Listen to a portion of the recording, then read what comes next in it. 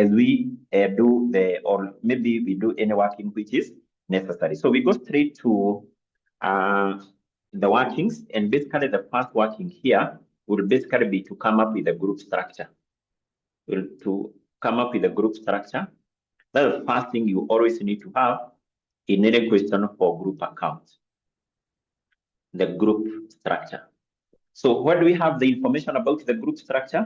This information, we have it within paragraph 1. Let's go back to paragraph 1 of our question, and we are told the company which is called 𝐿𝐿 Limited, a public limited entity, acquired 80% equity shareholding in a company which is called 𝐻𝐻, a public limited company on 1st April 2024. So the company which is called 𝐿𝐿 Limited, this company acquired 80% equity shareholding in a company which is called 𝐻𝐻 Limited, on which date? 1st of April 2024. 1st of April 2024. It basically means that 𝐿𝐿 is the parent, and then 𝐻𝐻 is the subsidiary. You can see also we're given the date of acquisition. Then from there, once we go to the paragraph number 3.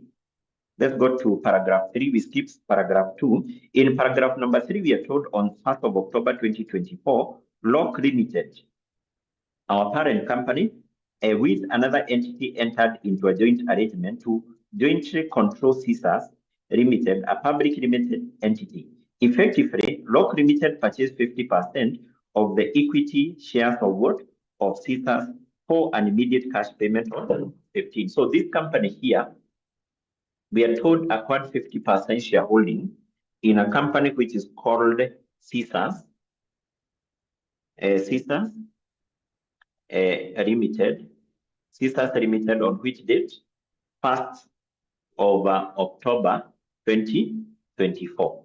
1st of October 2024. So it basically means that from this group structure, this will be our parent company, this will be our subsidiary, and basically this one will be a joint venture. That one would be a joint what?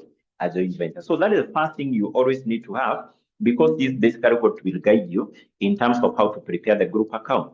So if we go to the requirements, therefore, we are required to prepare the consolidated statement of profit or loss, consolidated statement of a financial position. So in preparing those consolidated financial statements, we will add similar items of assets and liabilities, those of the parent, those of the subsidiary. That does not apply to the joint venture.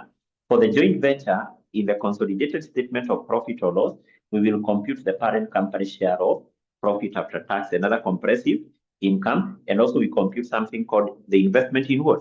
In joint venture, or the investment in joint arrangement. This one, we can also refer to it as a joint arrangement, because the parent company have a joint arrangement with another company to control this, to jointly control that one. So I think we have that. Then we will be able to come back to that paragraph 2, because we have the aspect of deferred consideration, but we will only come back there when computing the goodwill. So that deferred consideration, remember we said we have to discount it to its present value using the parent company cost of capital. That's why you can see you're given the cost of capital of 𝐿𝐿 Limited. That is for the purpose of getting the present value of that. So I want us to go to the additional information now. Let's go to note number 1. And in note number 1, what are we told? We are told at the date of acquisition. At the date of acquisition, the fair value of 𝐻𝐻 Limited, remember 𝐻𝐻 now is the subsidiary. 𝐻𝐻 Limited net asset approximated their carrying amount, with an exception of some office equipment, whose carrying amount was 560 million below the fair value. And then you're told at this date, the office equipment had a remaining economic useful life of 8 years. And then you're told depreciation on office equipment is an administrative cost. And then you're told no fair value adjustment were necessary in the acquisition of 𝐶𝐶𝑠. What does that mean? It means that on the date this company was acquired, that is the subsidiary company revalued the assets. Revalued the asset. And if you can be able to recall, we refer to that as the fair value adjustment or the fair value exercise. And actually, we said once the subsidiary company revalue the asset, the subsidiary company does not account for that revaluation. As a result of that, when preparing the group account, we talked about 2 key consolidation adjustments we make. The first one is called the revaluation adjustment, which is an adjustment relating to the revaluation gain, and the other one is depreciation adjustments, whereby we have to compute depreciation and the charge. So therefore, we need to do some working as far as that is concerned. Note 1 is concerned, which you are saying is the fair value adjustment, or basically the fair value exercise. Let's just refer to it as the fair value adjustment, and this is by paper limited. By paper limited. So we need to make two adjustments as far as this is concerned. The first one is called the revaluation adjustment, and basically this is the adjustment in relation to the revaluation gain or loss. But remember, you said in most of the questions for group account, you will come across a revaluation gain. So that's why we are told in the first paragraph, in the first sentence of note 1, we are told at the date of acquisition, the fair value of paper limited net asset approximated the carrying amount, with an exception of an item of office equipment whose carrying amount was 560 million below. So this one was below or was less than fair value with 560 million. In other terms, here we can say the fair value, we start with the fair value, then we change this inequality sign. Remember, this was less than. So we change this now to greater than. If we start with this, so this one will be greater than carrying amount with an amount of what? 560. So if the fair value of an asset is more than its carrying amount, automatically that is a revaluation gain. So the fair value of this item of office equipment was more than carrying amount. Remember, carrying amount, this one can also be known as the net book value, with an amount of 560 million. So because this revaluation, okay, this 561, we are saying this is a revaluation gain. This is a revaluation gain by paper. Did the paper limited accounted for this revaluation gain? No. So therefore, in preparing the consolidated financial statement, this one will be added to the group PPE. And number 2, we say that this one is a pre-acquisition revaluation reserve. Being a pre-acquisition revaluation reserve, we use that in the computation of goodwill, because we say in computing the goodwill on acquisition of this, we need to have we need to compute its fair value. We need to compute the fair value of its net asset on the date of acquisition. How do we compute that? We take the ordinary share capital of the subsidiary plus pre-acquisition reserves. This will be one of the pre-acquisition reserve. Next, we need to compute something called the depreciation other charge. Depreciation other charge. And equally this depreciation other charge will be by paper, is by paper limited. So you need to recall the formula. There is a formula which I gave you here. That is basically what you need to remember. We said we take the revaluation gain, is basically the time we have, or basically the number of years, the number of months we have, from the date of acquisition, the date of DOA, to the date of consolidation. Remember, the date of acquisition is the date the subsidiary was acquired. The subsidiary was acquired on which date? There, 1st of April 2024. The date of consolidation, this one, DOC, this is the date we are required to prepare the group, 2025. So that is the date of consolidation. And actually this year, because the year of the group is ending at 31st of March, it starts on 1st of April. So this year started on 1st of April, 2024. So therefore you can see our subsidiary here was acquired exactly at the start.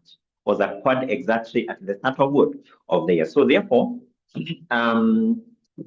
the proportion of time will be 1 year. Will be one what year? We're interested with the depreciation other charge for 1 year. We will take the revaluation gain, which we have here, 560 million. We are applying this formula.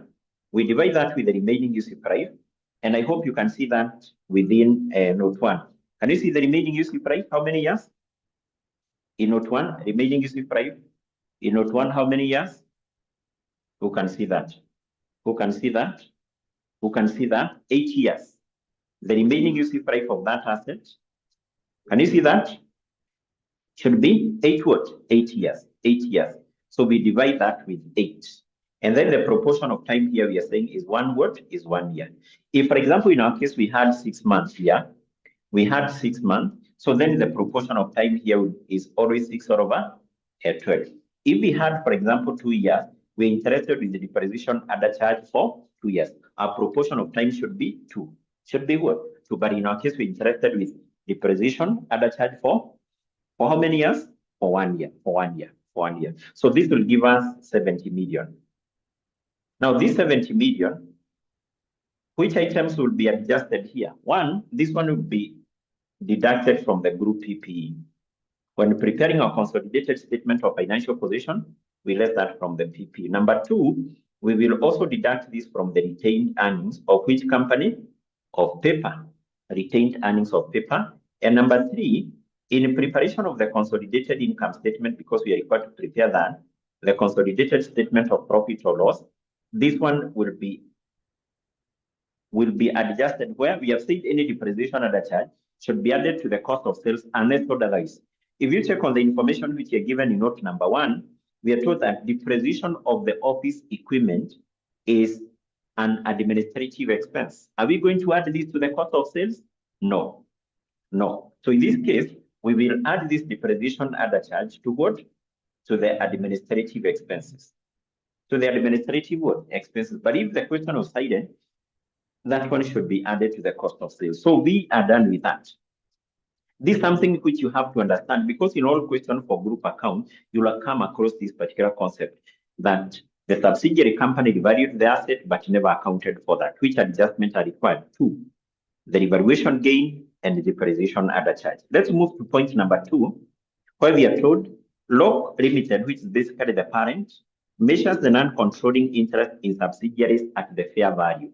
This is something I explained, that if you come across that information, that it is a policy of the group, it is a policy of the parent company to measure NCI at fair value, that information is basically to help you in computation of goodwill. And who can tell us, based on that information, which method are we going to use in the computation of goodwill? The goodwill on acquisition of this subsidiary. Which method are we going to use? Are we going to use the partial goodwill method? Are we going to use the full goodwill method? Which method are we going to use based on that information which we have there?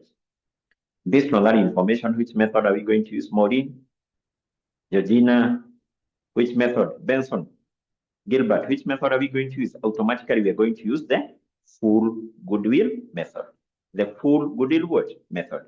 That's why still in point number 2, we are told the fair value of the non-controlling interest of paper limited at the date of acquisition was 860. That is for the purpose of computing what? The goodwill. That is the NCI fair value. So no working which is required there. Let's move to point number 3. And you're told during the year which ended 31st of March 2023, Paper Limited sold goods to Rock Limited for shillings 500 million at a markup on cost of 25%. First of all, this goods which was sold by Paper Limited to Rock, this one we refer to that as amount of intragroup trading or intragroup sales. Intragroup trading, intragroup trading.